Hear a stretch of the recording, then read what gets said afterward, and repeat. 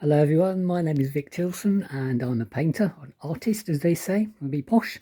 And lots of people ask me to see where I paint, which I think is quite funny, but there you go, I can understand curiosity. So this is my desk that I paint at. I've had the same desk for years actually. It was a desk, it's actually a bit of furniture from IKEA, I think. So anyway, it's got my trusty chair there to sit on, and I always face looking out the window. Usually I've had to pull the blinds there because of the sunshine coming in. So on my desk, what have I got on my desk?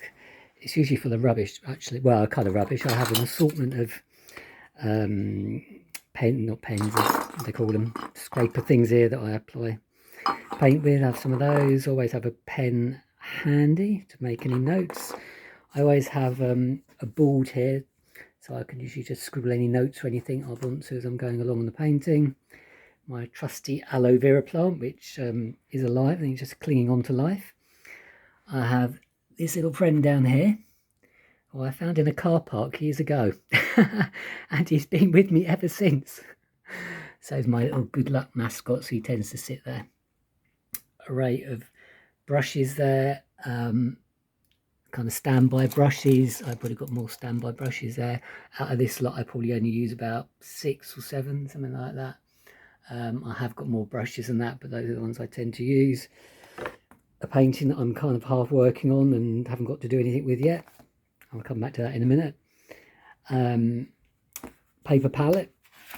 I tend to use paper palettes, so you can just tear them off. Don't use a wooden palette. I don't always use this because this is only kind of for when I do certain types of painting. More often than not, I just use one of these pretty cheap and cheerful jobbies just from a local art store. Pots of paint there, various pots of paint, various few different brands. Snack if I get hungry. And everybody knows me, I'm always eating snacks. Anyway, and this is a sponge. I got quite a few of these actually. These are actual natural sponges. That's a better one to show you actually.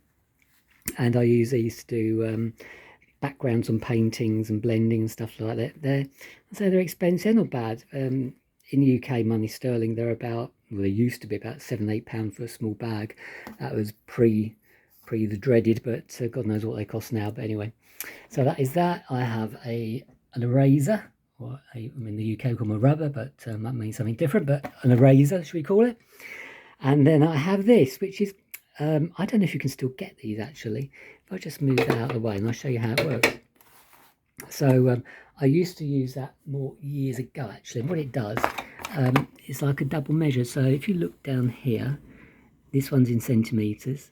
So you can actually roll down. So say I wanted to do a line 10 centimetres long and still keep the straight line there, not at right angles. So I could just like draw a line there, draw a line there, and measure like so many centimetres apart.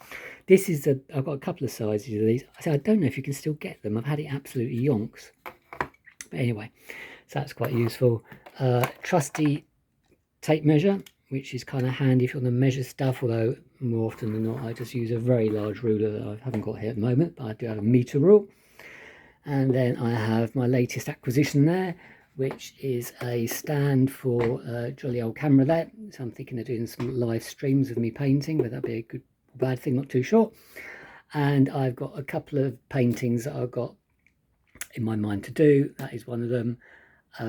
One above it is one I did, and I've got some notes on how I did it, which I tend to keep quite handy if I want to refer to anything. So that is it really. And I have amongst a load of washing on the floor, which I'm not going to show you, I have a big bag of paints and art materials, which I have to rummage through every now and again, but mostly what I need is kind of here. So that is what I generally work on. Now this is a painting, I don't know if you can see that, it was another painting underneath. It was like a Union Jack underneath.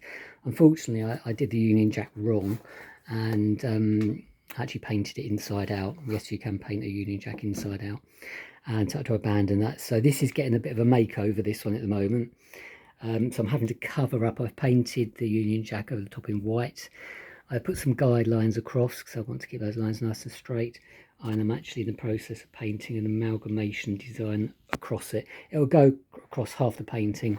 This side of it is going to be plain, so it's going to be blended from the amalgamation side into just plain, not too sure what colour that's going to be. I'm thinking blue, so I'm going to have to cover up quite a lot of shadow kind of coming through.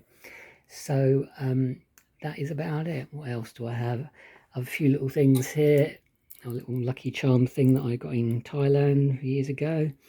So that tends to sit up there.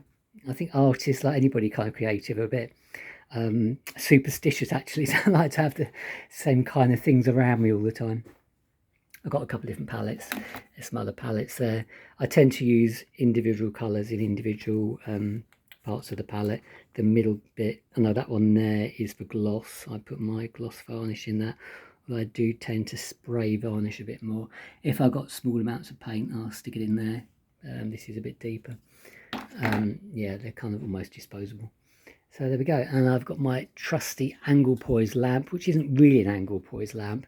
So very expensive actually. That is again, that's an IKEA jobby, and it just clamps around there. So it's not as good as an angle poise, but it kind of does the job. But I've had to sellotape the it had a bit of a mishap and it kind of won't stay screwed on, so I've got some masking tape holding it all together. But so there we go. Anyway, that is a look at the area where I paint, and I hope you found that mildly interesting. Thanks a lot if you just subscribe to the channel. Really does mean a lot. So I've been going years and years. I've been going painting like for 40 odd years.